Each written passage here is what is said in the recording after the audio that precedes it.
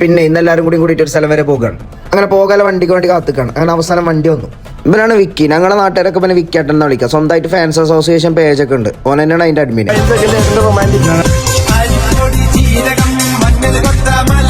ഓണത്തേക്ക് നിർബന്ധിച്ചാലേ വരുള്ളൂ എന്ന് പറഞ്ഞപ്പോൾ എല്ലാവരും കൂടി പൊക്കിയെടുത്ത് കൊണ്ട് ഉദയത്തിനോടുന്ന പോത്തിനെ വണ്ടി നടക്കാൻ പോലും ഞങ്ങളുടെ നാട്ടിൽ ഇത്രയും മണി വിട്ടിട്ടില്ല. അങ്ങനെ കുറച്ച് ആൾക്കാർ അതിലൊന്തി തള്ളി, ഞങ്ങൾ കുറച്ച് ആൾക്കാർ വേറെ വണ്ടി കയറി. അങ്ങനെ ഞങ്ങൾ സ്ഥലത്തെത്തി.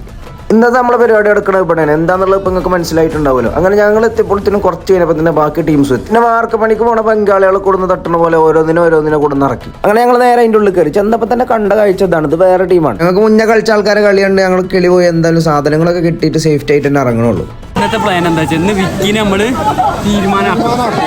മറ്റേ ടർഫിന്റെ ഒരു ഗോൾ അടിച്ച് ജയിക്കാനല്ല, നേരത്തെ പറഞ്ഞിട്ടില്ല, ഓരോ ആൾക്കാർക്കും ഓരോ ലക്ഷ്യങ്ങളുണ്ടാവും. അങ്ങനെ എല്ലാ സാധനങ്ങളും സെറ്റാക്കി ഞങ്ങൾ ഗ്രൗണ്ടിൽ ഇറങ്ങി. ഇനി ഇവിടെ യുദ്ധം.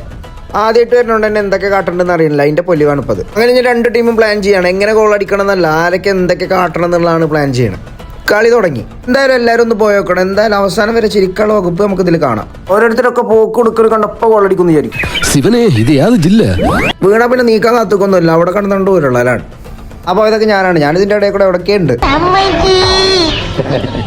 വീണതല്ല, സാഷ്ടാംഗം പ്രണമിച്ചതാ.